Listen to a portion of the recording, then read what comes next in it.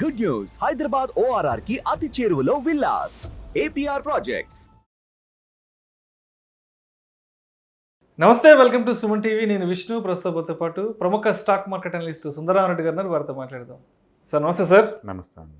సుందరరామరెడ్డి గారు, మొన్నటి ఇంట్రాడేలో MRF టైర్స్ దలాల్ స్ట్రీట్లో 1,00,000 మెరుపు వేగాన్ని అందుకుని రికార్డుల మోత మోగించేసింది. అండ్ ఇండియన్ స్టాక్ మార్కెట్ చరిత్రలోనే మొట్టమొదటి 6 అంకెల షేర్గా కూడా MRF నమోదైంది.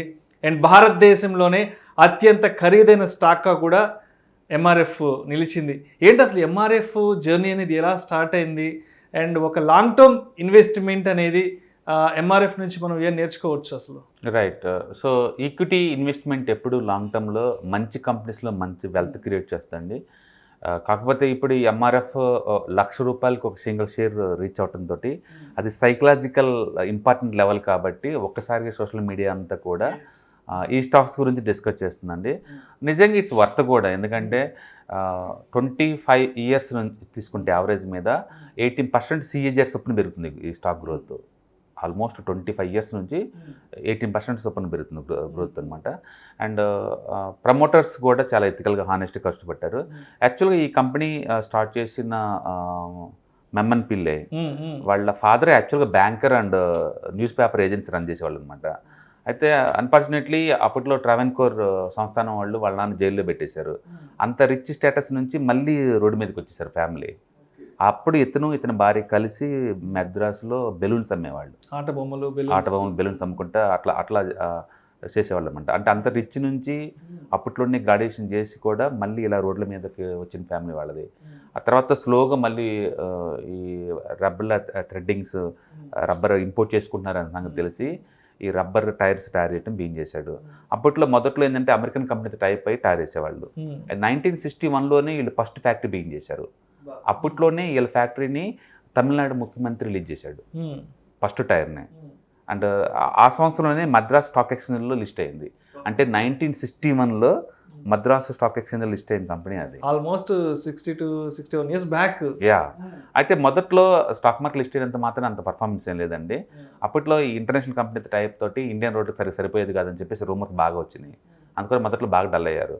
అయితే ఎప్పుడైతే సెంట్రల్ గవర్నమెంట్ వాళ్ళు ఇతర దేశాల టైర్ కంపెనీ మీద డిపెండ్ అవుతే ఏదైనా వచ్చినప్పుడు సప్లై ఆగిపోద్ది అంటే ఎక్కువ రేట్లకు అమ్ముతున్నారని చెప్పేసి అప్పట్లో జవహర్లాల్ నెహ్రూ కూడా కొన్ని గవర్నమెంట్ వెహికల్స్ కావాల్సిన టైర్లని లోకల్ మ్యానుఫ్యాక్చరింగ్ అప్పచెప్పాలని చెప్పేసి అప్పట్లో MRFకి ఎంకరేజ్ చేశారు వాళ్ళు.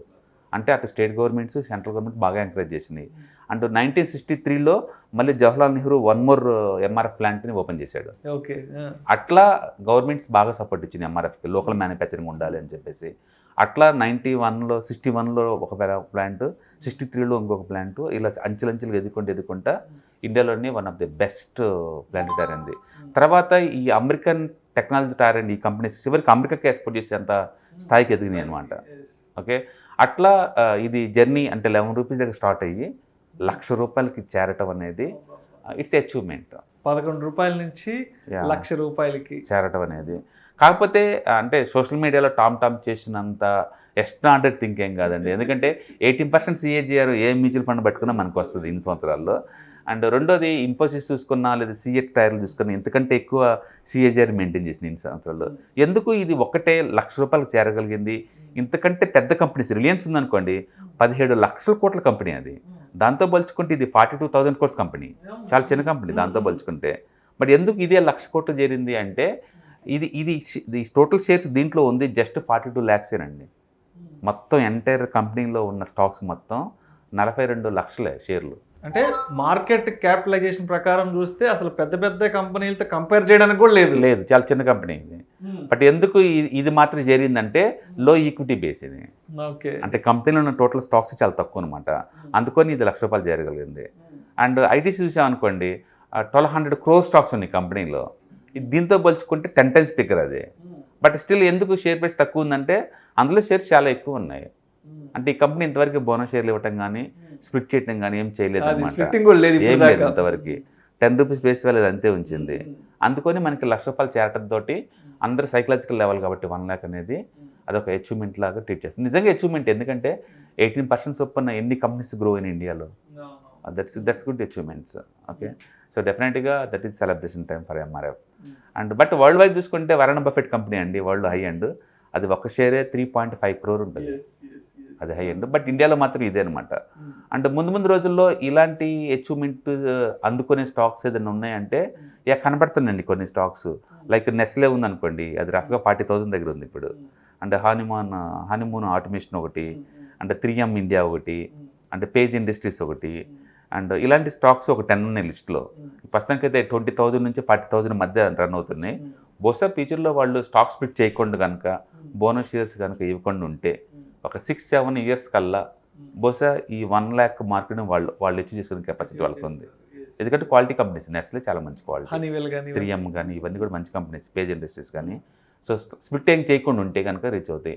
సో ఎక్కువసార్లు ఏంటంటే స్టాక్ ప్రైస్ చూస్తే కాస్ట్లీ అని కాదండి దాని అర్థం. కంపెనీలో స్టాక్స్ కూడా చూసుకోవాలి మనం, ఓవరాల్గా ఈక్విటీ బేస్ ఎంత ఉంది, అంటే ప్రాఫిటబిలిటీ ఎంత ఉందని చూసుకోవాలి. ఎంఆర్ఎఫ్ కనుక లాస్ట్ 10 years కనుక మనం అబ్జర్వ్ చేసామనుకోండి, సేల్స్ హార్డ్లీ డబుల్ అయినాయి అంతే. 10 years బ్యాక్తో పోల్చుకుంటే సేల్స్ డబుల్ అయినాయి అంతే. ఓకే, అంటే ప్రాఫిట్స్ హార్డ్లీ డబుల్ అయినాయి అంతే 10 years బ్యాక్తో పోల్చుకుంటే. అందుకని not extraordinary company, just normal company అంతే. బట్ ఏదైనా సరే అంత లాంగ్ జర్నీలో ఎక్కడో రోడ్డు మీద బెలూన్స్ అమ్మే ప్రమోటర్ దగ్గర నుంచి ఒక one of the best company ఇండియాలోనే టైర్ కంపెనీగా ఉంటాం.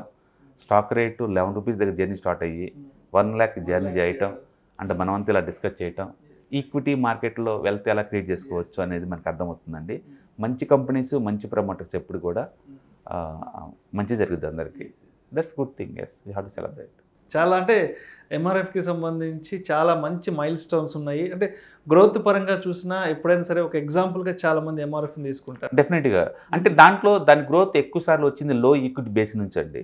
ఇదే కంపెనీలో కనుక ఒక ఐటీసీ లాగా స్టాక్స్ లాగా ఉన్నాయనుకోండి, డెఫినెట్గా స్టాక్ ప్రైస్ ఇంత రేంజ్లో ఉండదు. ఐటీసీలో టూ మనీ స్టాక్స్ ఎలాగ ఉన్నాయో దీంట్లో లో ఈక్విటీ బేస్ అంతే ఉందన్నమాట. దాంతో దీంట్లో ఆర్టిఫిషియల్ డిమాండ్ ఎక్కువ ఉంది. కంపెనీ ఫండమెంటల్ పరంగా ఎక్స్ట్రాడినరీ కాదండి. జస్ట్ మార్జిన్స్ ఎంత ఉంటుంది ఈ బిజినెస్లో కంటే 10% మార్జిన్ ఉన్న బిజినెస్ ఇది. అండ్ ఆర్ఓసి చూస్తే సింగిల్ డిజిట్లో ఉంది. అంత ఎక్స్ట్రాడినరీ కంపెనీ అయితే కాదు ఫండమెంటల్ వైజ్. బట్ అది ఉన్న ఏరియాలో ఇట్స్ ఓకే కంపెనీ అంతే. But wealth creation it's good, మంచి క్రియేట్ చేసింది. ఎందుకంటే 25 years నుంచి యావరేజ్ రిటర్న్స్ 18% అంటే మామూలు విషయం కదా, అందులో డౌట్ లేదు. ఓకే, అండ్ లీడర్ టైర్ సెగ్మెంట్లో లీడర్ లో ఈక్విటీ బేస్ అందుకొని మంచిగా వెల్త్ క్రియేట్ చేసింది.